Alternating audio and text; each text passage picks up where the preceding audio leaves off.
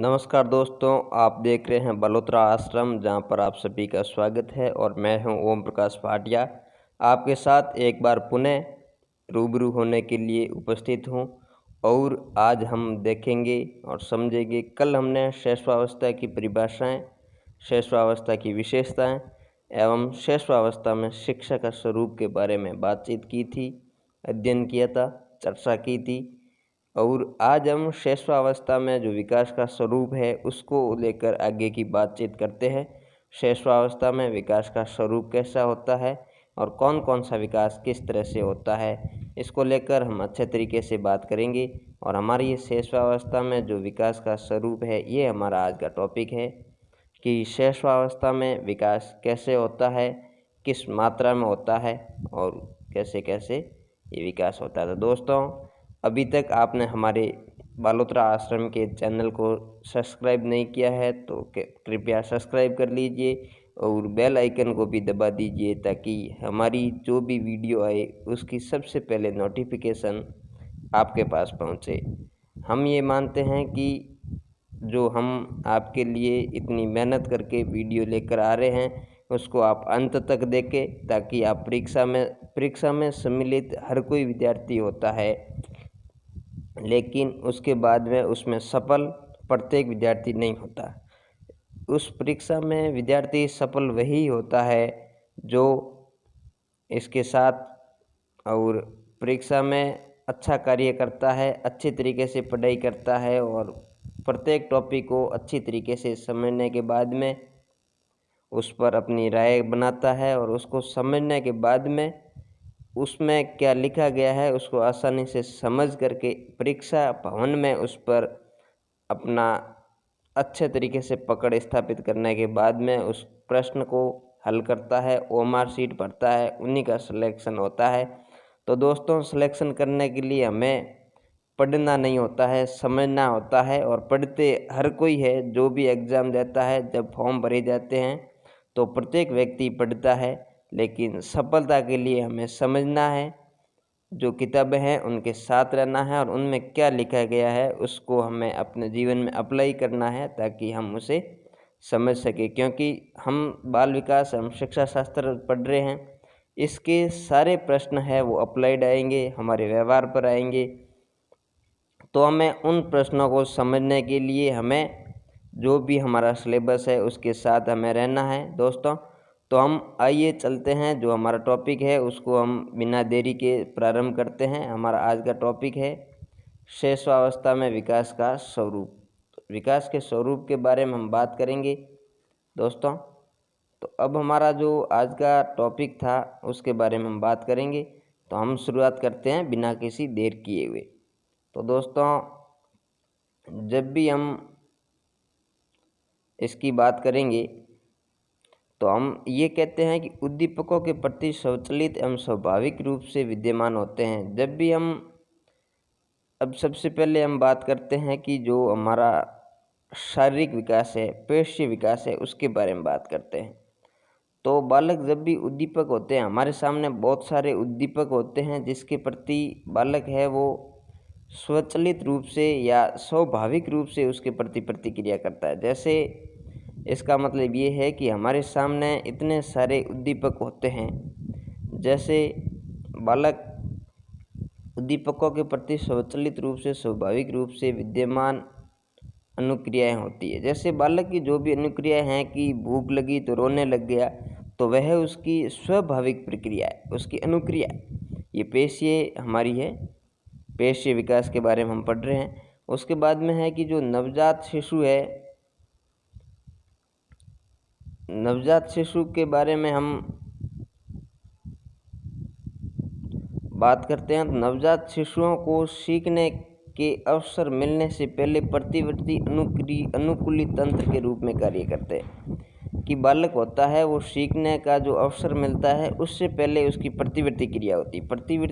प्रतिवर्त क्रिया क्या होती है कि बालक है वो कोई भी कार्य होता है उसके प्रति अचानक क्रिया हो जाती है। जैसे बालक को भूख लग गई तो रोने लग गया, उसको जो भी है कि बालक जब भी अपनी जो मंशा है उसको व्यक्त करता है। तो जब भी उसको सीखने का अवसर मिलता है उससे पहले उसकी प्रतिवर्ती क्रिया अनुकूलित हो जाती है, क्योंकि हम ये मानते हैं कि प्रतिवर्ती क्रिया में बालक है वो क्या क्या कार्य करता है। तो खींचता है, पलक झपकाता है, रोता है, मुस्कुराता है, ये सारी उसकी प्रतिवर्ती क्रिया है। हम मानते हैं कि बालक पूर्ण रूप से दूसरों पर आश्रित होता है, लेकिन इसमें वो आश्रित नहीं रहता है। दूसरों को सुन सकता है, देख सकता है और अपने दैनिक कार्य के अपशिष्ट पदार्थों को वो परित्याग कर देता है। तो ये सारे कार्य है वो बालक अपने आप करता है। तो अब हम जानते हैं कि बालक नवजात शिशुओं में प्रतिवर्ती क्रिया कौन कौन सी होती है। तो नवजात शिशुओं में प्रतिवर्ती क्रिया के रूप में हम देखें तो नवजात शिशुओं में प्रतिवर्ती क्रियाएं कौन कौन सी होती है। तो खांसता है, और क्या करता है बालक, पलक झपकाता है और जम्बाई लेता है, उबासी लेता है, रोता है इत्यादि ऐसी कई प्रकार की जो प्रतिवर्ती क्रिया हैं उन्हें बालक करता है। अब हम बात करते हैं कि प्रतिवर्ती क्रियाएं कौन कौन सी होती है। धीरे धीरे ऐसा होता है कि इन प्रतिवर्ती क्रियाओं पर तो बालक पूरे अपने जीवन काल तक उसके साथ रहती है। जैसे रोना है तो बालक संवेगों पर नियंत्रण हो जाता है, तो उसके बाद में वो रोना बंद, ऐसे हर स्थिति में नहीं रोता है लेकिन रोना बंद नहीं होता। मुस्कुराना उसका प्रतिवर्ती क्रिया है, तो वो प्रतिवर्ती क्रिया जीवन पर्यंत तक उसके साथ रहती है। उसके बाद में जैसे मुस्कुराना है, जम्बाई लेना है और पलकें झपकाना है, ये सारी क्रिया है जो बालक के जन्म से लेकर के मृत्यु तक उसके साथ रहती है। लेकिन धीरे धीरे कई ऐसी प्रतिवर्ती क्रियाएं हैं जो नवजात शिशुओं में उपस्थित होती है, लेकिन आयु के साथ साथ परिपक्वता एवं संवेगों में स्थिरता आने के साथ साथ उसकी जो प्रतिवर्ती क्रिया है वो धीरे धीरे समाप्त हो जाती है, विलुप्त हो जाती है। तो ऐसी कौन कौन सी प्रतिवर्ती क्रिया हैं उनके बारे में हम बात करेंगे। तो हमारे सामने प्रतिवर्ती क्रिया है, हमारे पास एक टेबल है जिसमें हमारे सामने एक प्रतिवर्ती क्रिया है और उसका विवरण है। इसके बाद में उसका विकासात्मक कर्म है कि ये कब विलुप्त हो जाती है और क्या क्या नाम है। ये एक जो शब्दावली है इनमें से हमारे सामने बहुत ही ये इम्पोर्टेंट है, और इसकी हम बात करें तो ये सबसे पहले हमारे सामने रूटिंग है। रूटिंग नाम की एक प्रतिवर्ती क्रिया है। इसका विवरण है कि मतलब ये रूटिंग प्रतिवर्ती क्रिया है जो क्या होती है। तो ये है कि गाल को छूने पर सिर को घुमाना एवं मुख का खोलना। छोटे बालक होते हैं उनका जो मुख है, हम गाल को ऐसे छूते हैं तो वो सिर को ऐसे ऐसे हिलाता है और मुख को खोलता है। बच्चे को इसमें आनंद आता है, वो कहता है, वो समझता है कि मेरे साथ ये खेलते हैं, इंटरेक्शन करते हैं। तो बालक का जो ये अभिव्यक्ति का जो एक सबसे पहला बालक अभिव्यक्ति रो करके करता है। इसके बाद में वो ये मुस्कुरा करके, ये मुस्कुराना मुंह का खोलता है और सिर को हिलाता है ऐसे ऐसे, इसे हम रूटिंग कहते हैं। तो दोस्तों ये एक प्रतिवर्ती क्रिया है रूटिंग जिसका नाम है, और इसका मतलब रूटिंग का मतलब ये होता है कि बालक के गाल को छूने पर वह सिर को घुमाता है, मुख को खोलता है। तो इसका विकास कब हो जाता है कि धीरे धीरे ये बालक 3 से 6 माह का हो जाता है, तब ये रूटिंग नाम की प्रतिवर्ती क्रिया है वो समाप्त हो जाती। इसके बाद में हम बात करें तो अब इसके बाद में हमारे पास है मोरो एक प्रतिवर्ती क्रिया है। इसका अर्थ ये होता है कि यदि तीव्र शोर होता है तो बच्चा अपनी कमर को मोड़ते हुए भुजाओं को आगे की ओर फेंकता है और फिर अपनी भुजाओं को एक साथ लाता है जैसे कुछ पकड़ रहा है। जैसे है कि बहुत ज़्यादा आवाज़ हो रही है तो बच्चा है वो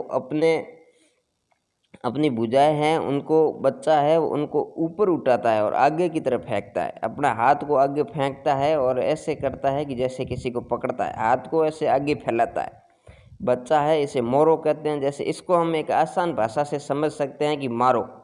जब हम भी समझते हैं कि हमने कोई डरावनी आवाज़ सुनते हैं तो हम क्या कहते हैं कि उसको मारो, क्योंकि हमें उससे डर लगती है। तो हमारा जो ये शब्द है मोरो, इसका मतलब यही होता है कि ज़्यादा आवाज़ होती है तब बच्चा ऐसे समझता है कि उसकी तरफ अट्रैक्टिव होता है, उसकी ओर आकर्षित होता है और ऐसे हाथों को भुजाओं को ऊपर उठाता है और ऐसे फेंकता है ताकि उसको पकड़ सके। तो ये है वो 6 से 7 माह में विलुप्त हो जाती है यद्यपि तीव्र शोर के प्रति अनुक्रिया स्थायी होती है। जैसे ये तो हम भी समझते हैं कि जो ये नॉर्मल बात होती है उसमें तो बालक ये धीरे धीरे विलुप्त हो जाती है, लेकिन बाद में भी ज़ोरदार शोर होता है। जैसे बड़े लोग भी होते हैं, जैसे छोटे बालक है तो ये हवाई जहाज़ की आवाज़ को सुन के डर जाते हैं, लेकिन बाद में ये बड़े हो जाते हैं तो हवाई जहाज़ की आवाज़ को सुन के डरते नहीं हैं, उसके प्रति कोई प्रतिक्रिया नहीं करते हैं। लेकिन ऐसी आवाज़ हो गई कि जैसे कोई बम फट गया तो बड़े भी इसके प्रति अपनी प्रतिक्रिया देते हैं, लेकिन ये स्थायी होती है।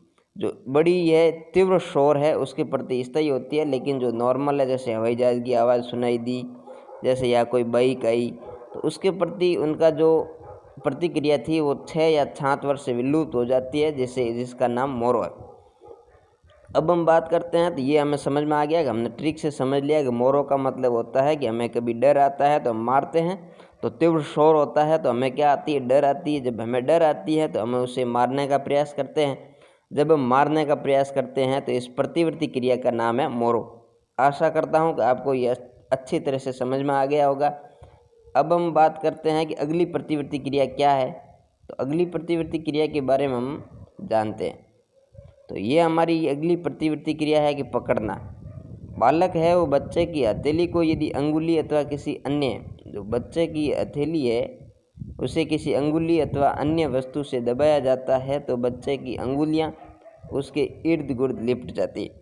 जैसे ये तो हम आमतौर पर छोटे बच्चों में देखते हैं कि बालक की अंगुली है या जो हथेली है उसके अंदर अपना हाथ लेके जाते हैं तो बच्चा अपनी अंगुली को पकड़ लेता है। मतलब ये है कि उसकी अंगुलियां हैं वो अपनी अंगुली या हाथ के इर्द गिर्द लिपट जाती है। मतलब ये है कि हम बालक की हाथ है, बालक की मतलब मुट्ठी है वो हमेशा ऐसे बंद रहती है, छोटे बालक की मुट्ठी हमेशा बंद रहती है। तो इसका मतलब ये होता है कि हमने उसके बालक के हथेली में ये हाथ है ऐसा, उसके अंदर हमने कोई भी वस्तु दे दी या अंगुली रख दी, अपना हाथ रख दिया तो बालक की मुट्ठी बंद ही रहती है, तो वो उसको पकड़ने का प्रयास करता है, ऐसे बंद ही रखता है। तो जो भी वस्तु हमें उसे पकड़ाते हैं तो उसे बंद कर देता है। मतलब है कि उसकी मुट्ठी बंद ही रहती है, इसलिए वो उसके अंदर पकड़ने का प्रयास करता है और इसकी अंगुलियां हैं उसके इर्द गिर्द लिपट जाती। तो इस प्रतिवर्ती क्रिया का नाम है पकड़ना। पकड़ना ये प्रतिवर्ती क्रिया है। तो इसका जो अंत है विलुप्त है, क्योंकि हम ऐसी प्रतिवर्ती क्रियाओं की बात करते हैं जो एक निश्चित समय के बाद में विलुप्त हो जाती। तो ये भी 3 से 4 माह में विलुप्त हो जाती है। ऐच्छिक पकड़ से विस्थापित हो जाते, ये एक बाद में मतलब ये बंद हो जाती है। बाद में अगर इच्छा है तो पकड़ सकते हैं, लेकिन ये बिना इच्छा की होती है। तो इच्छा से जो ऐच्छिक पकड़ है उससे वो स्थायी रहती है, बाद में भी पकड़ सकता है। जैसे आज मैं ये पेन पकड़ के बैठा हूँ तो ये तो मेरी इच्छा है तभी पकड़ा है, तो ये ऐच्छिक है। बाद में वो बच्चे की जो रुचि है उसके अनुसार वो पकड़ता है, लेकिन ये छोटा बच्चा होता है तब तो वो हमेशा पकड़ के रखता है, हमेशा की बात है वो। अब हमारा चौथा टर्म है, चौथी प्रतिवर्ती क्रिया है कि बेबिंस्की।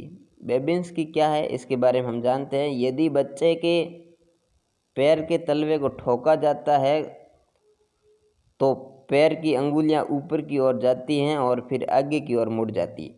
बेबिंस्की का मतलब ये होता है कि बच्चे के जो पैर है, पैरों के नीचे के जो तलवे हैं उसके ऊपर यदि हम ठोकते हैं, आघात पहुंचाते हैं तो बच्चे के पैरों की अंगुलियां हैं वो ऊपर उठ जाती है, ऐसे ऊपर उठ जाती है और फिर आगे की ओर मुड़ जाती है, ऊपर उठ के ऐसे हो जाती है, मुड़ जाती है। तो इसे हम बेबिंस्की कहते हैं। और ये है जो 8 से 12 माह में विलुप्त हो जाती है। जैसे हाथ की अंगुलियों को वो भी ऐसे रखता है, ऐसे ही अगर यदि हम हाथ बच्चे के पैरों को गुदगुदाते हैं, तलवों को या ठोकते हैं, उसके ऊपर आघात पहुंचाते हैं तो बच्चे की अंगुलियां हैं वो ऐसे ऐसे होती हैं, वो ऐसे हो जाके ऐसे मुड़ जाती है। तो इसे हम बेबिंस्की कहते हैं। ये जो चारों के चारों हमारे पास टर्म से प्रतिवर्ती क्रियाएं थी, तो ये प्रतिवर्ती क्रियाएं चारों के चारों एक निश्चित आयु के बाद में विलुप्त हो जाती है, ये स्थायी नहीं होती है। तो जो रूटिंग थी उसका मतलब ये होता है कि बच्चे के गाल के ऊपर हम ऐसे हाथ करते हैं तो उसका मुख खुल जाता है और सिर को हिलाता है।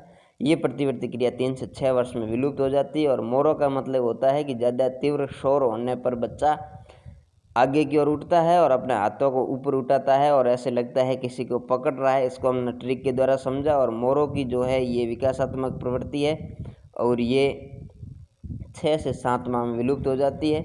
और पकड़ना ये भी ऐच्छिक है, ये 3 से 4 माह में विलुप्त हो जाती है। और बेबिन्स की है, इसके बारे में हमने बात की है, 8 से 12 माह के बीच में ये विलुप्त हो जाती है। अब दोस्तों हम बात करते हैं कि मस्तिष्क का विकास। तो हम ये समझते हैं कि मानसिक विकास के साथ साथ शारीरिक विकास भी होता है। शैशवावस्था में हम शारीरिक विकास की बात कर रहे हैं, तो मस्तिष्क का भी विकास होता है और शारीरिक विकास भी इसके साथ साथ होता है। तो हम ये शरीर में जो वृद्धि होती है, मांसपेशियों में वृद्धि एवं तंत्रिका तंत्र में परिपक्वता आती है, शारीरिक विकास होता है। तो शारीरिक विकास के साथ साथ बच्चे के शरीर में वृद्धि होती है, शरीर विकास होता है, शरीर विकसित होता है। और मांसपेशियां एवं जो मांसपेशियों में भी परिपक्वता आती है और तंत्रिका तंत्र में विकास होता है, जो विकसित होती है, परिपक्वता की ओर आती है। तो इसमें है वो मस्तिष्क का विकास होता है। और तंत्रिका तंत्र से हमारा मस्तिष्क बना हुआ है, ये तो हम सभी जानते हैं। और तंत्रिका तंत्र है हमारा मस्तिष्क है, इसमें पुनरुद्भवन की क्षमता सभी से कम होती है। अब हम बात करते हैं कि हमारे आधारभूत शारीरिक कौशलों का विकास होता है।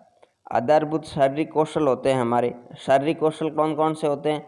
जैसे कि वस्तु का पकड़ना, जैसे अंगुलियां, बच्चे के हाथ में हमने किसी अंगुली को दे दिया, जो भी हुआ, हमने पकड़ना नाम की प्रतिवर्ती क्रिया के बारे में बात किया, तो ये वस्तु को पकड़ता है। धीरे धीरे उसकी अच्छी क्रिया पर वो नियंत्रण हो जाता है, किसको पकड़ना है किसको नहीं पकड़ना है। तो ये शारीरिक कौशल है आधारभूत, जो इसके विकास को बहुत अच्छा बनाते हैं, सुव्यवस्थित करते हैं। तो इसमें बच्चा है कि जो वस्तुओं को पकड़ना सीखता है, उसके पास पहुंचना सीखता है। जैसे कोई वस्तु है, बच्चा चलना सीख गया तो उसके पास चलकर जागता है और उसको पकड़ने का प्रयास करता है। बैठना सीखता है, बालक बैठना सीखता है, घुटनों के बल चलना सीखता है, जिसे हम मारवाड़ी में गुड्डालिया चलना कहते हैं, कि बच्चा घुटनों के बल चलना सीख गया। फिर खड़ा होना सीखता है और खड़े होने के बाद में वो चलना सीखता है। चलने के बाद में एक ऐसा समय आता है कि वो दौड़ना सीख जाता है।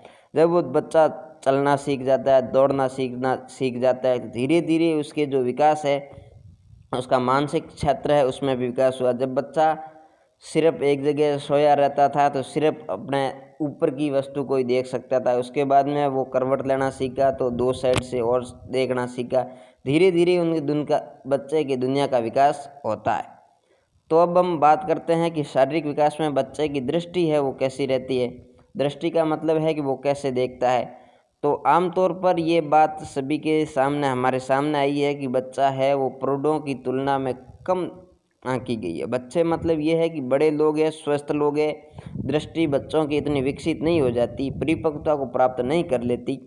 तो मतलब ये है कि बच्चे हैं वो प्रौढ़ों वयस्क लोगों से, जैसे वयस्क लोग देखते हैं ऐसे नहीं देख पाते, उससे कम देख पाते। दृष्टि कम है, लंबे समय लंबी या डिस्टेंस में वो नहीं देख सकते। उसके बाद में 6 माह में धीरे धीरे इस जो तुलना है, इसमें जो दृष्टि है उसमें सुधार होने लगता है और 1 वर्ष तक वो प्रौढ़ों के समान हो जाती है। मतलब है कि 1 साल तक बच्चा ज़्यादा दूर तक नहीं देख सकता, दृष्टि उसकी इतनी मजबूत नहीं होती, परिपक्व नहीं हो पाती जितनी बड़ों की होती है। और 6 माह तक धीरे धीरे उसमें सुधार हो जाता है और 1 वर्ष के बाद में वो प्रौढ़ों के समान ही देखने लग जाता है। जैसे एक स्वस्थ आँखों वाला व्यक्ति देखता है, ऐसा ही वयस्क के समान ही बच्चा देखने लग जाता है।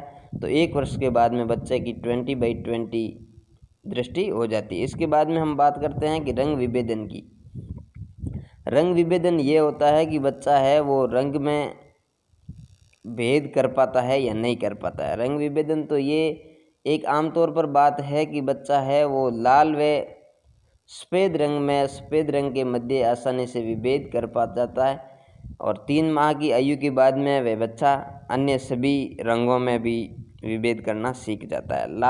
लाल व सफ़ेद रंग में आसानी से विभेद करना सीख जाता है बच्चा, जन्म से ही करना जानता है। और उसके बाद में अन्य जो भी रंग होते हैं, कलर्स होते हैं, उसमें वो थोड़ा बहुत विचलित हो जाता है, विभेद नहीं कर पाता है। तो 3 माह की आयु के बाद में बच्चा अन्य सभी कलर्स जिसमें वो विभेद नहीं कर पा रहा था, पहचान नहीं पा रहा था, तो उसमें आसानी से पहचान कर पाता है। इसके बाद में विभेदन के बाद में हम बात करते हैं कि बच्चे की जो हियरिंग पावर है, लिसनिंग है, वो कैसे होती है।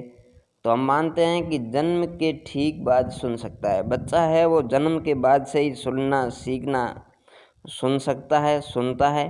उसके बाद में उसके विकास के साथ ध्वनि की दिशा में निर्धारण होता है और उसकी ध्वनि है वो सुदृढ़ होती है। उसके बाद में 1 सप्ताह के बाद में वो पता लग जाता है कि किस साइड से आवाज़ आ रही है। उसके बाद में धीरे धीरे दिशा का निर्धारण मतलब है कि वो ये पता लगाना जानता है, ये पता लगा सकता है कि जो आवाज़ आई है वो किस तरफ से आई है। उसके बाद में धीरे धीरे वो अपनी माँ की आवाज़ पहचानने लग जाता है, धीरे धीरे वो अपने जो परिचित है उनकी आवाज़ पहचानने लग जाता है और उसके बाद में जब उसके अपरिचित लोग आते हैं तो उनकी आवाज़ को भी पहचानने लग जाता है।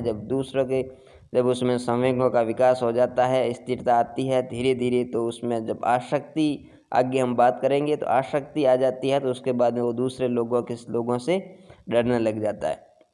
अब हम बात करते हैं कि हमारी ज्ञानेंद्रियां हैं वो किस तरह से कार्य करती है। तो ज्ञानेंद्रियों की हम बात करें तो जो इसमें है स्पर्श है, उसकी त्वचा को हम स्पर्श करेंगे तो उसको पता चलेगा। और पीड़ा होगी, अगर हमने पीड़ा होगी तो वो अपनी अनुभूति देगा, अभिव्यक्ति देगा। इसके बाद में घ्राण का मतलब ये है कि स्वाद सूंघ करके ये महसूस कर सकता है कि ये सुगंध कैसी आ रही है, अच्छी है कि नहीं है, उसके प्रति भी अपनी क्षमताएं विकसित कर देता है। और स्वाद हुआ मतलब ये है कि छोटा बच्चा है उसे हम आमतौर पर 6 माह तक तो माता का ही दूध पिलाते हैं, लेकिन यदि हमने कोई कड़वी चीज़ पिला दी, जैसे दवाई है, कोई बच्चा बीमार है तो उसको दवाई पिलानी पड़ती है, तो दवाई पिला दी तो वो बच्चा नहीं पिएगा। तो इसका मतलब ये है कि उसकी स्वादीय क्षमता है वो भी विकसित हो जाती है। तो बच्चे में ये सारे विकास हो जाते हैं। अब हम बात करते हैं कि उसके शारीरिक विकास में बच्चे के भार कितना होता है। तो हम भार की बात करें तो जन्म के समय में आमतौर पर लगभग बच्चे का जन्म भार है वो 7 पौंड होता है। धीरे धीरे इसमें बढ़ोतरी होती है, 4 माह में 3-4 माह में उसका डबल हो जाता है भार। जैसे जन्म के समय 7 पौंड था तो उसके बाद में 3-4 माह के बाद में उसका डबल हो जाएगा 14 पौंड, 8 माह के बाद में 18 पौंड हो जाएगा और 6 माह के बाद में 40 पौंड के करीब उसका भार हो जाएगा। अब बच्चे की लंबाई की बात करते हैं हम, तो बच्चे की लंबाई कितनी होती है इसके बारे में हम बात करते हैं। तो बच्चे का जब भी जन्म होता है तो करीब वो 20-20.5 इंच का होता है। 1 वर्ष में वो 27 से 28 इंच का हो जाता है और 2 वर्ष में 3 इंच का हो जाता है और शैशवावस्था के अंत तक वो 40 से 42 इंच का हो जाता है। ये बात आमतौर पर हमने देखी है कि लड़के और लड़कियों के भार में और लंबाई में थोड़ा फर्क होता है। लड़कों की लंबाई अथवा भार लड़कों की लंबाई और भार है वो लड़कियों की अपेक्षा ज़्यादा होता है और लड़कियों की भार और लंबाई है वो लड़कों की तुलना में थोड़े कम होते हैं। अब हम बात करते हैं कि जो बच्चों में जन्म के समय हड्डियां होती हैं, कि जो हमारा पूरा शरीर है वो कंकाल हड्डियों का कंकाल होता है, उसके ऊपर ही हमारी संरचना है। शरीर हड्डियों के ऊपर हड्डियों से ही बना हुआ है, उसकी वजह से मजबूत है। तो हम बात करते हैं कि बच्चे के जन्म होने के बाद में उसकी हड्डियां हैं वो 270 हड्डियां होती है।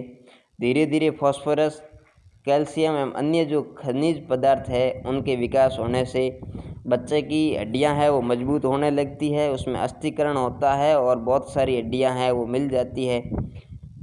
फिर करीब 208 के करीब हड्डियां रह जाती है बच्चे में। तो ये एक जो हड्डियां जुड़ती है उससे हड्डियों का विकास होता है और फास्फोरस, कैल्शियम एवं अन्य जो खनिज है जिसकी वजह से हड्डियों में अस्थिकरण की प्रक्रिया होती है। अब हम बच्चे में दांतों की बात करते हैं तो लगभग 6 माह की आयु में बच्चे के प्रथम दांत आ जाते हैं। जो भी बच्चा होता है उसकी 6 माह की आयु में प्रथम दांत आ जाता है और धीरे धीरे उसके जो भी दूधिए दांत होते हैं वो 4 वर्ष की आयु तक समस्त दूधिए दांत निकल जाते हैं बच्चे के।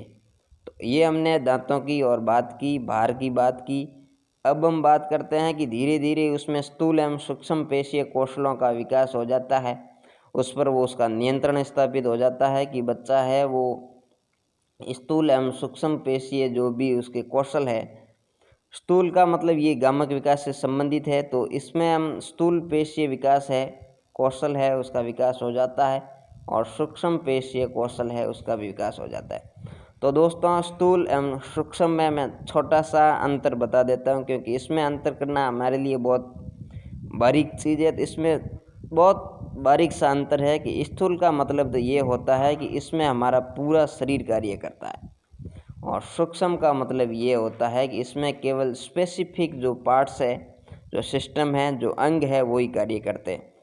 जैसे ये स्थूल पेशीय कौशल है, इसका पहले विकास होता है और सूक्ष्म पेशीय कौशल का विकास है ये बाद में होता है। इसका हमने विकास का जो सिद्धांत पढ़ा था उसमें भी हमने ये देखा था कि जो विकास है वो मध्य से बाहर की ओर होता है और मस्तिष्काभिमुखी होता है, मस्तिष्काधोभिमुखी होता है। तो इसको हमने पढ़ा था, उसमें समझा था। तो अब हम समझते हैं कि कौन सी आयु में ये कैसे कैसे कौशल है वो बच्चे को अर्जित हो जाते हैं। तो 3 वर्ष की आयु में बच्चे को ये कौशल अर्जित हो जाते हैं। 3 वर्ष में बच्चा उछलना, कूदना, दौड़ना सीख लेता है, उछल सकता है, आराम से ऊपर से जंप लगा सकता है और तेज़ी से दौड़ सकता है। इसमें स्थूल पेशीय कौशल है, तो इसमें हमारा पूरा शरीर बच्चे का कार्य करता है। जैसे उछलता है तो भी पूरा शरीर है, कूदता है तो भी पूरा शरीर एक साथ कार्य करता है, दौड़ता है तो भी। अब हमारे पास एक सूक्ष्म पेशीय कौशल है, इसमें हमारे पास जो एकदम जो स्पेसिफिक अंग है वही कार्य करेंगे। जैसे ब्लॉक बनाना है, तर्जनी एवं अंगूठे की सहायता से वस्तु को उठाना है। जैसे बालक छोटा होता है तो किसी वस्तु को उठाता है तो पहले दोनों हाथों का प्रयोग करता है, फिर वो एक हाथ का प्रयोग करता है। धीरे धीरे एक अंगुली से भी किसी वस्तु को उठा सकता है और किसी के सामने अंगुली भी ऐसे दिखा भी सकता है कि वो आ रहा है, वो वस्तु मुझे चाहिए। ये सारा वो बालक कर सकता है, उसमें इसका विकास हो जाता है। अब ये 3 वर्ष की आयु तक ये विकास हो जाता है। फिर 4 वर्ष में बच्चे का क्या विकास होता है कि प्रत्येक पादान पर एक एक पैर रखते हुए सीढ़ियों पर चढ़ना एवं उतरना सीख जाता है। तो 4 वर्ष तक बच्चा है वो सीढ़ियों पर एक एक पैर रख के ऊपर चढ़ना सीख जाता है, फिर उतरना भी सीख जाता है। ये इसमें भी पूरा शरीर कार्य कर रहा है। ये स्थूल पेशीय सूक्ष्म कौशल है, स्थूल पेशीय कौशल है। और अब हम बात करते हैं सूक्ष्म पेशीय कौशल। इसमें चित्रात्मक पहेलियों को भली भांति जोड़ना सीख जाता है। जैसे बहुत सारी पहेलियाँ होती है जो उलझी हुई पड़ी होती है, उसे वो सुलझाना सीख जाता है बच्चा, उसे आराम से सुलझाना सीख जाता है। अब हम 5 वर्ष की आयु में बच्चा क्या करता है, क्या क्या सूक्ष्म एवं जो स्थूल पेशीय कौशल है उसे सीखता है। तो 5 वर्ष की आयु में तेज दौड़ना सीख जाता है और दौड़ प्रतिस्पर्धा का आनंद लेना सीख जाता है। मतलब ये है कि 5 वर्ष की आयु में बच्चा तेज़ी से बिना रोक टोक के दौड़ सकता है और ही वो दौड़ में प्रतिस्पर्धा में आनंद लेना सीख लेता है। मतलब किसी से भी कंपटीशन करने से कतराता नहीं है और उसमें उसको आनंद आता है। इसके बाद में सूक्ष्म पेशीय कौशल में क्या क्या होता है कि हाथ, भुजा एवं शरीर के सभी अंगों एवं आँखों की गति के साथ समन्वय स्थापित कर देता है। कि मतलब जिस साइड हाथ को घुमाता है उसके भुजा एवं शरीर के सभी अंग है, आँख की गति है, इन सभी की गति के साथ समन्वय स्थापित करना सीख जाता है। ये भी इसके विकास के कारण है। अब हम बात करते हैं कि जो शैशवावस्था में हमने बात की शारीरिक विकास की, अब हम बात करते हैं कि शैशवावस्था में मानसिक विकास किस प्रकार से होता है। तो मानसिक विकास है वो संवेदनाओं पर आधारित होता है। मानसिक विकास है वो पूरा संवेदनाओं से आधारित होता है। जो भी हमें संवेदी सूचना मिलती है उसके अनुसार मानसिक कार्य हमारा जो मस्तिष्क है वो कार्य करता है। इसको हमने न्यूरॉन्स के माध्यम से समझेंगे।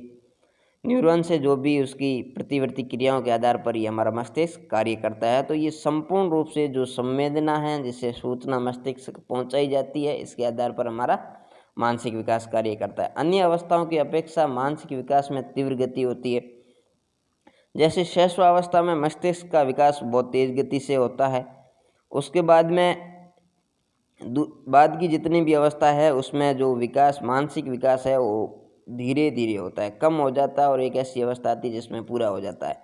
तो थॉर्नडाइक एंड गुडनएप जो मनोवैज्ञानिक हैं उन्होंने इस अवस्था के बाद में मानसिक विकास का जो ऋणात्मक वक्र बनता है उसे स्वीकारा है। इन्होंने माना है कि जो शैशवावस्था के बाद में मानसिक विकास होता है वो शैशवावस्था के बाद में धीरे धीरे कम होता है। जितना तीव्र गति से शैशवावस्था में होता है इतना नहीं होता है। तो इसका वक्र होता है कि ये हमारा इसके पास में वक्र है, तो इसका हम कलर बदलते हैं। तो ये वक्र है, तो शैशवावस्था में इतना हो रहा था, ये शैशवावस्था है। इसके बाद में बाल्यावस्था में इतना विकास हुआ, इसके बाद में किशोरावस्था तो इतना हुआ। तो ये एक ऋणात्मक वक्र बन गया। तो इसमें ये मनोवैज्ञानिक थॉर्नडाइक एंड गुड ने अपने इसको स्वीकार किया है। 6 माह की आयु में सुनी हुई बात का अनुकरण करना सीख जाता है बच्चा। मतलब ये है कि वो अपनी बात को कहना कहना तो नहीं सीख लेता, लेकिन 6 माह की आयु में बालक सुनी हुई बात है, कोई भी बात सुन ली उसका अनुकरण कर लेता है।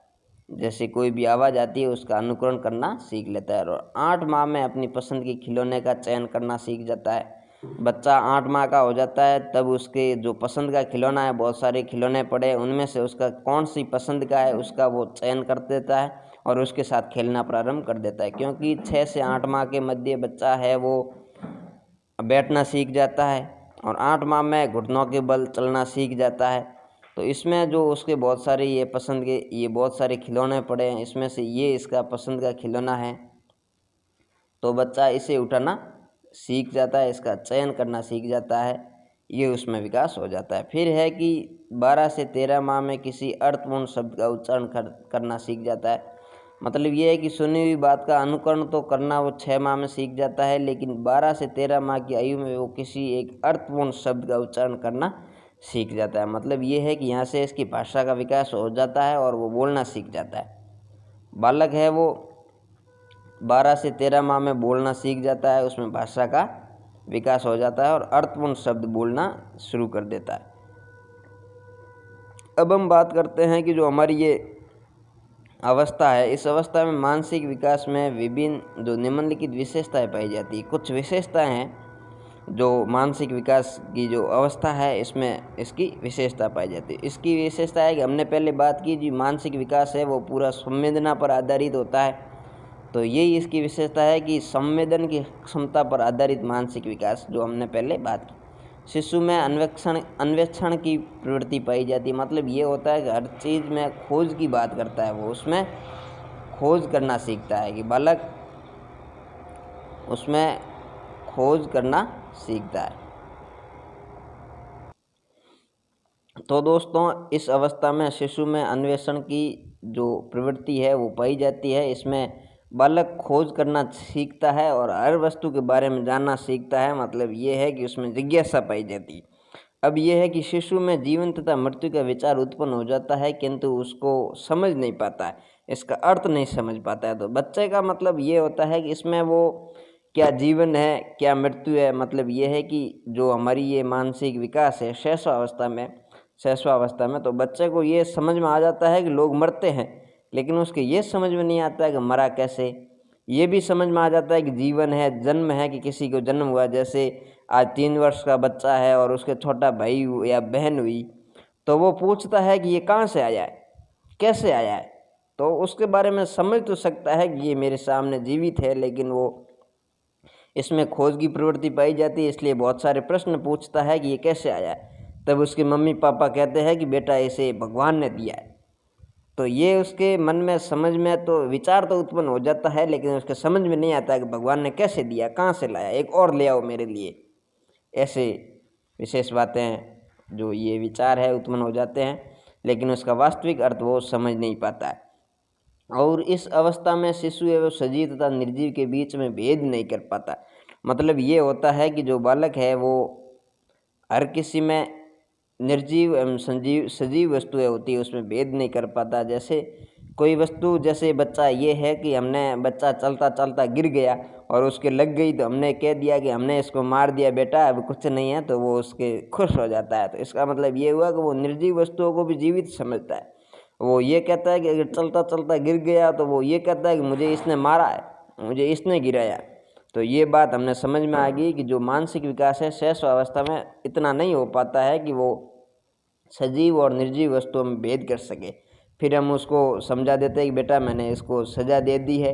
फिर वो खुश हो जाता है कि मेरे मम्मी पापा मेरे साथ है, मुझे किसी से डरने की ज़रूरत नहीं है और इन्होंने इसको मार दिया, इसको सज़ा दे दी, तो उसको आनंद की अनुभूति होती है।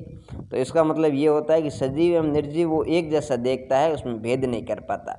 और इस अवस्था में शिशु का चिंतन है वो मूर्त वस्तुओं पर केंद्रित होता है। तो मतलब ये है कि वो जो मूर्त वस्तुएं होती है उनके बारे में भी उसकी विषय वस्तु होती है। जो उसके सामने होता है उसी को वो देखता है कि यही है, जो उसके सामने नहीं है वो उसको नहीं मानता। तो इसका मतलब ये होता है कि इसकी जो भी विषय वस्तु है वो उसके सामने वाली, जो उसके सामने उपस्थित है वही होती है। अब हम बात करते हैं कि जो 2 वर्ष का बच्चा है उसमें 2 वर्ष के बच्चे तक में जो ज्ञानेंद्रियाँ एवं वस्तुओं के साथ अंतःक्रिया के माध्यम से देखने, सुनने, स्पर्श करने, उन्हें मुंह में डालने एवं पकड़ने के द्वारा इस संसार का अनुभव करता है। जो हमारा ये संसार है वो उसके साथ किस तरह से अंतःक्रिया करता है, उसमें कैसे घुल मिल जाता है। तो बच्चा है वो जन्म के बाद में अपनी ज्ञानेंद्रियाँ होती है उसके द्वारा इस संसार से जुड़ता है। कैसे जुड़ता है कि जो भी वस्तुएं होती है उनसे बातें करता है। जैसे हमने छोटे बच्चों को, हमने भी बचपन में बहुत कुछ ऐसे किया होगा कि ऐसे किसी की शादी करते हैं, गुड्डा बनाते हैं, गुड्डी बनाते हैं, ये सारे हैं जो उसको अपने ये दुनिया है इस दुनिया से जुड़ने का प्रयास करते हैं। तो जो अपनी ज्ञानेंद्रियाँ हैं उसकी वजह से वो कैसे अंतःक्रिया करते हैं, देखते हैं तो उसको करते हैं, सुनते हैं, स्पर्श करते हैं, किसी वस्तु को पकड़ते हैं, मुंह में डालते हैं। तो इस वजह से वो अंतःक्रिया करते हुए हमारे संसार से जुड़ते हैं।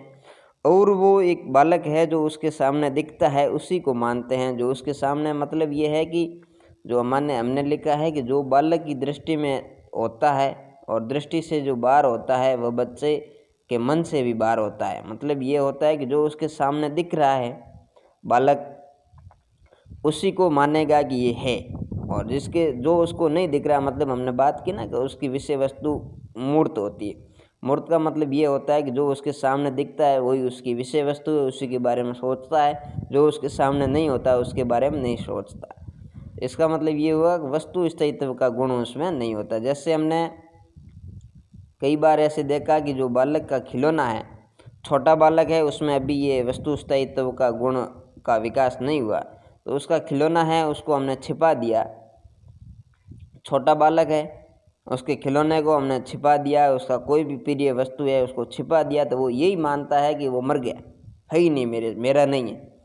जैसे छोटा बच्चा होता है तो उसकी माँ कुछ समय के लिए उसके, हर समय तो बच्चों के पास में नहीं रह सकती, घर के बहुत सारे कार्य करने पड़ते हैं, तो उसकी माँ कुछ समय के लिए उससे दूर हो जाती है, कोई अपना कार्य करने के लिए जाती है, तो बच्चा यही समझता है कि वो है ही नहीं, इस दुनिया में नहीं रही।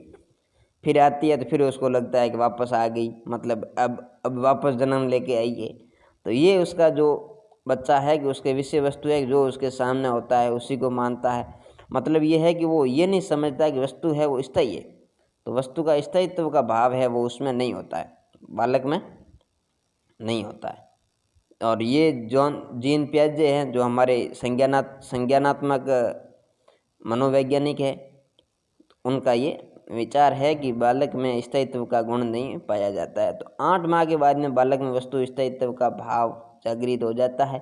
8 माह के बाद में बच्चे का कोई प्रिय खिलौना है उसे ले लिया तो वो उसे वापस लाने के लिए रोने लगेगा। तो ये एक वस्तु स्थायित्व का भाव है कि बच्चे की कोई प्रिय वस्तु हमने उससे छीन ली तो वो उसको प्राप्त करने के लिए रोने लग जाएगा। अब हमारा अगला जो विकास है, सामाजिक सांवेगिक विकास। तो हमारा बच्चा हम भी है कि मनुष्य, हमने कई बार सुना है कि मनुष्य एक सामाजिक प्राणी है। तो शिशु है वो जन्म से ही सामाजिक प्राणी होता है और अपने परिचित चेहरों को वरीयता देना शुरू करता है। मतलब ये है कि जो उसके जान पहचान के लोग होते हैं उसको वो देखकर खुश होता है, उसके साथ पसंद रहता है।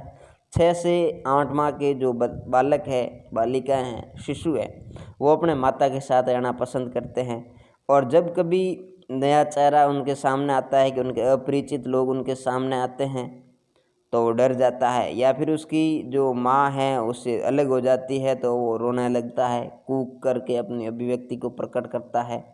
तो मतलब ये हुआ कि बालक है वो शिशु एक सामाजिक प्राणी है और परिचित चेहरों को वरीयता देना शुरू कर देता है। और 6 से 8 वर्ष के बाद में उसमें वस्तु स्थायित्व का भाव जागृत हो जाता है और माता के साथ उसका अटैचमेंट हो जाता है, उसी के साथ पसंद रहना सीख रहता है और पसंद करता है। नए चेहरों से डर लगने पर वो अपने और माँ से अलग होने पर रो करके अपनी अभिव्यक्ति प्रकट करता है कि मुझे अलग मत करो, अपनी पीड़ा व्यक्त करता है। फिर है कि ये माता पिता या पालन पोषण करते हैं, जो भी देख रेख करते हैं, उनसे पुण्य मिलने पर बच्चे मुस्कुरा कर अपने भाव प्रदर्शित करते हैं।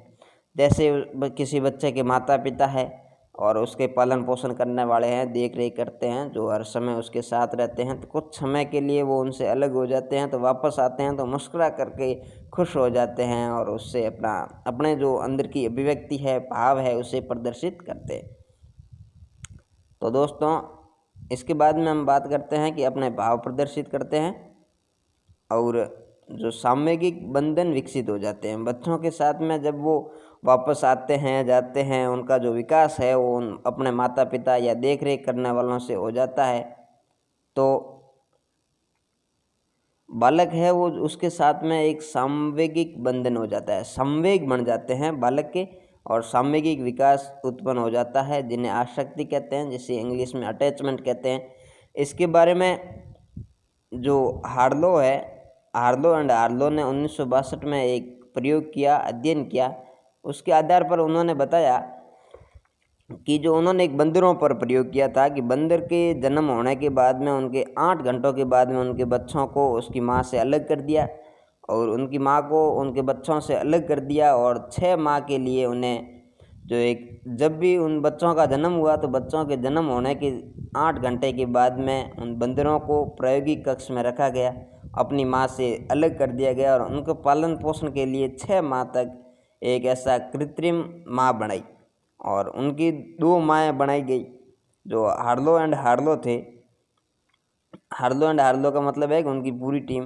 तो उन्होंने उन बंदर के बच्चों को अलग रखा और 6 माह तक अपनी माँ के पास नहीं लेकर गए और उनके लिए एक कृत्रिम माँ बनाई। कृत्रिम माँ कैसी थी? 2 प्रकार की माएँ बनाई उनके, एक तो तार से बनी हुई थी और दूसरी थी वो कपड़े से बनी हुई थी। एक तो तार की बनाई हुई थी और एक कपड़े की बनाई हुई थी। और आधे शिशु बंदरों को तार से बनी माता से आहार प्रदान किया, मतलब उन्होंने बच्चों को तो मार तो कैसे सकते, तो उनके 2 प्रकार की माँओं का जो आर्टिफिशियल रूप से उनका निर्माण किया। और कुछ माएँ थी वो आदि माएँ थी वो तारों से निर्मित की गई और आदि माएँ थी वो कपड़े की बनाई गई और उनमें से उसका पालन पोषण किया, उनमें से उसको दूध निकाला गया।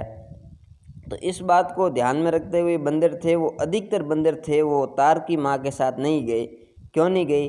और अधिकतर बंदर थे वो सारे बंदर कपड़े की बनी हुई माँ थी उनके साथ गए। तो इसका मतलब ये है कि बच्चे हैं वो केवल अपने पालन पोषण करने वालों पर ही निर्भर नहीं होते, क्योंकि पालन पोषण तो तार से बनी हुई जो माँ थी उससे भी हो रहा था, क्योंकि दूध उससे भी मिल रहा था, और जो कपड़े की बनी हुई थी उससे भी दूध मिल रहा था। इसका मतलब ये है कि जो बच्चे हैं जो उनका अटैचमेंट है केवल पालन पोषण से भी नहीं है, सामूहिक रूप से उनका जो जुड़ाव है वो जुड़ा हुआ है। तो जो ये हमारा जो इन्होंने हार्लो एंड हार्ले ने जो प्रयोग किया था उनसे यही बात निकल कर आती है कि पौष्टिकता और आहार से प्रदान करता है वो लगाव आसक्ति का कारण नहीं हो सकता। क्यों नहीं हो सकता? क्योंकि हमने देखा है कि जो बच्चे होते हैं वो उनकी कंबल होती है पसंदीदा, उसे नहीं छोड़ते। किसी व्यक्ति की ड्रेस हो जाती है तो वो हर दिन उसी को पहनता है, उसकी आसक्ति हो जाती है। और जो उसके खिलौने हैं, कोई एक खिलौना उसको अच्छा लगता है तो उसी खिलौने को पसंद करता है। तो हमें ये है कि उससे भी उसकी आसक्ति होती है। तो अटैचमेंट का केवल पालन पोषण ही आधार नहीं बन सकता, इसका ये सीधा सा अर्थ है। इसका जो प्रयोग किया था हार्लो एंड हार्लो ने 1962 में, उसका सीधा सा ये अर्थ है। तो इस प्रयोग से ये सिद्ध हो गया कि जो सामवेगिक बंधन है वो ही आसक्ति विकसित होते हैं और उसे आसक्ति कहते हैं। आसक्ति केवल दूध पिलाने से या पालन पोषण करने से नहीं होती। तो अब दोस्तों हम बात करते हैं कि आगे की कि सामाजिक अनुमोदन की इच्छा होती है। बालक धीरे धीरे बड़ा होता है तो देखता है कि हर कोई मेरे सवालों के जवाब दे, मेरे पास रहे, मेरे से इधर उधर घूमे और सभी मेरे को अच्छा लगे, सभी मेरे को ही बुलाए, ऐसा होता है। उसको सामाजिक अनुमोदन की इच्छा जागृत होती है। फिर उसमें सहानुभूति एवं प्रानुभूति की भावना भी विकसित होती है। तो दोस्तों हमारे पास 2 शब्द है, एक सहानुभूति एवं एक प्रानुभूति। तो ये दोनों अलग अलग टर्म्स है। सहानुभूति और प्रानुभूति में क्या अंतर है? छोटा सा अंतर है। सहानुभूति में ये है कि सामान्य से जैसे किसी की मौत हो गई तो उधर गए 2 सेकंड ऐसे किया कि भाई बहुत बुरा हुआ, वापस घर आए, वापस कोई फर्क नहीं पड़ा। मतलब ये है कि किसी के दर्द को सिर्फ महसूस करना है, उसके बारे में ज़्यादा कुछ एक जनरली के भाई टर्म्स होता है ना कि मृत्यु हुई तो मृत्यु दुखदाई है, और प्रानुभूति का मतलब होता है कि दूसरे की अनुभूति को अपनी अनुभूति समझना, यानी जिसके साथ हुआ है कि उसी के स्थान पर अपने को रख करके उसी अनुभूति को, जैसे आज अपने परिवार में किसी के साथ कुछ हुआ तो हमें कितना बुरा लगता है, दूसरे के साथ हुआ और उसी के स्थान पर जैसे मान के रखना कि अगर मैं ही उसी के स्थान पर हूँ तो उस दुख को महसूस करता है, उसे परानुभूति कहते हैं। और एक जनरली जिसे दुख को दुख कहता है वो सहानुभूति होती। सहानुभूति रखना और परानुभूति का जो प्रदर्शन करना वो बालक सीख जाते हैं। और फिर एक सहयोग एवं मित्रता की भावना, जो उसका सहयोग करते हैं, मित्र बनाते हैं। शैशवावस्था में बच्चे मित्रता की भावना जागृत होती है, बच्चे खेलते हैं, छोटे छोटे बच्चे खिलौनों से, ये सारे सहयोग एवं मित्रता की भावना यहाँ से उत्पन्न हो जाती है।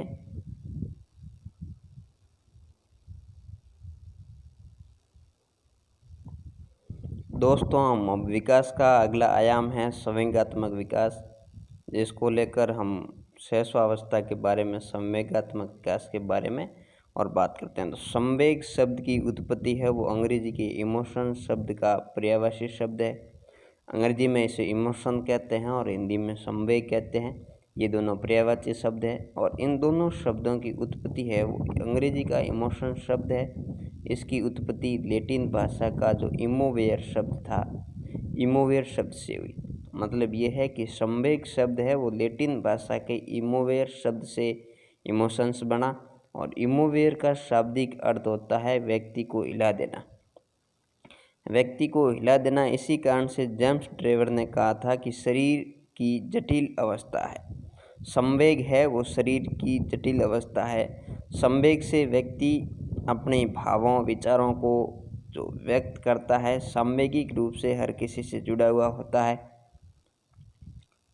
दोस्तों, जो संवेग है वो जेम्स ट्रेवर ने कहा था कि ये एक शरीर की जटिल अवस्था है और इसके अनुसार वुडवर्थ ने भी कहा था कि संवेग व्यक्ति की उत्तेजित अवस्था है। हम आमतौर पर बात करें तो इमोशन का अर्थ यही होता है कि व्यक्ति को हिला देना, उत्तेजित करना। तो जो संवेग है वो उत्तेजित अवस्था है, जो वुडवर्थ की परिभाषा है, ये हमें बहुत सार्थक लग रही है। फिर एक व्यवहारवादी विचारक वॉटसन है। वॉटसन का मानना है कि जन्म के समय शिशु में 3 संवेग प्रकट हो जाते हैं। जन्म के साथ ही 3 संवेग है वो शिशु में प्रकट हो जाते हैं। तो वो कौन कौन से हैं? तो भय, प्रेम एवं क्रोध। बालों को डर लगने लग जाता है, क्रोध आना लग जाता है और प्रेम। ये 3 संवेग है वो बालक में जन्म के साथ ही प्रकट हो जाते हैं, शिशु में प्रकट हो जाते हैं। अब हमने इस संवेग के बारे में थोड़ी बहुत बात की। तो बाद में मनोवैज्ञानिक एक ब्रिजेश हुए हैं। मनोवैज्ञानिक ब्रिजेश ने 1932 में अपने प्रयोग किए और उन प्रयोगों में ये सिद्ध किया कि जीव का प्रथम लक्षण संवेदना है। संवेदना होती है। संवेदना क्या होती है कि जैसे किसी ने ऐसे किया तो जो मैंने प्रतिक्रिया की उसे ही हम संवेदना कहते हैं। किसी भी वस्तु के प्रति हमारी पहली प्रतिक्रिया होती है उसे हम संवेदना कहते हैं। तो ब्रिजेश जो मनोवैज्ञानिक थे, उन्होंने 1932 में जो प्रयोग किए उनके आधार पर उन्होंने ये सिद्ध किया कि जो बालक में जो जीव है उसकी प्रथम संवेदना है, प्रथम लक्षण है वो संवेदना है। तो ब्रिजेश ने यह सिद्ध किया कि 2 वर्ष की आयु तक धीरे धीरे सभी संवेगों का विकास हो जाता है। मतलब है कि जन्म के साथ ही बालक के संवेग उत्पन्न नहीं होते हैं, उसके साथ सिर्फ संवेदना होती है। उसके बाद में 2 वर्ष की आयु तक उसमें सभी संवेगों का विकास हो जाता है।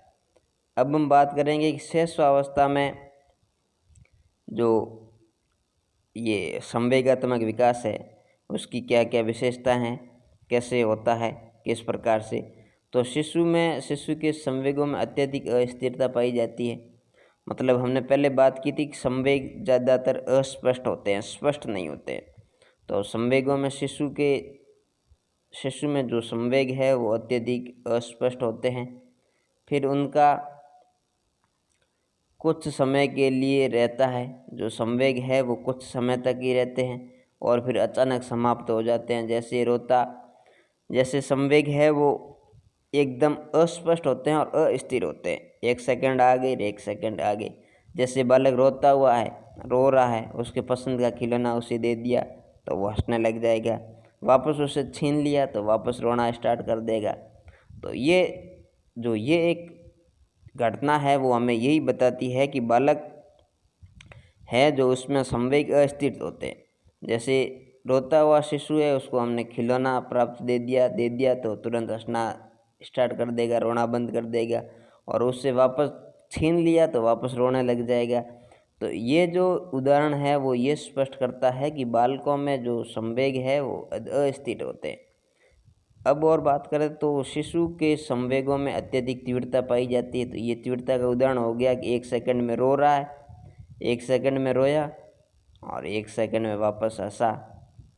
तो ये है वो तीव्रता से बदल जाते हैं, अत्यधिक तीव्रता पाई जाती है। 1 सेकंड में बदल गए, तुरंत उसी सेकंड विदिन 1 सेकंड वापस बदल जाते हैं। तो शैशवावस्था में संवेगों में अस्पष्टता पाई जाती है। इसी कारण नहीं लगता कि शिशु के संवेग का क्या कारण है।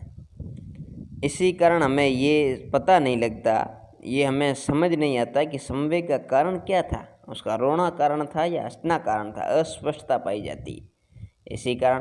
तो दोस्तों, आपको हमने आज ये जितना भी टॉपिक हमने आज पढ़ाए हैं, समझे हैं, आपके साथ बातचीत की है, बातचीत करने का हमें मौका मिला, हमने समझाने का प्रयास किया। तो दोस्तों, आज हमने जो भी जितना भी ये शैशवावस्था में विकास के आयाम थे, स्वरूप थे, उसके बारे में हमने विस्तृत चर्चा की, और इस चर्चा में आपने हमारा जो सहयोग दिया और समझने का प्रयास किया, ये हमने भी बहुत अच्छा समझने का प्रयास किया। आशा करता हूँ कि आपको ये पूरा टॉपिक समझ में आ गया होगा। शैशवावस्था से रिलेटेड आपकी कोई भी क्वेरी हो, कोई भी पूछना हो, तो आप वीडियो के कमेंट में लिख सकते हैं। और हम कल स्टार्ट करेंगे बाल्यावस्था, और बाल्यावस्था की पहले जानेंगे परिभाषाएं, फिर जानेंगे उसकी विशेषताओं के बाद में जानेंगे कि उसका शिक्षा का स्वरूप कैसा होना चाहिए। उसके बाद में बाल्यावस्था में विकास के विभिन्न स्वरूपों के बारे में पढ़ेंगे। तो दोस्तों, आपने हमारा वीडियो पूरा देखा होगा, आपको समझ में आया होगा। आशा करता हूं कि बहुत अच्छे तरीके से समझाने का प्रयास किया। यदि आपको वीडियो अच्छा लगे तो लाइक करें और हमारी वीडियो को अपने दोस्तों के साथ शेयर करें, एवं हमारे चैनल को सब्सक्राइब करें और बेल आइकन को दबाना नहीं भूलें, ताकि हम जो भी हमारी सूचना है वो सबसे पहले आपके पास पहुंचे। तो दोस्तों, आज हमने एक और हमारे साथी है, उन्होंने पटवारी एंड ग्राम सेवक और कांस्टेबल के लिए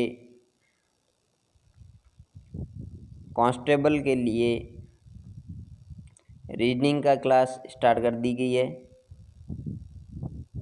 तो आप उसको भी हमारे प्लेलिस्ट में जाके देख सकते हैं। हमारे चैनल को सब्सक्राइब करें और रीजनिंग की क्लास का आनंद उठाएं।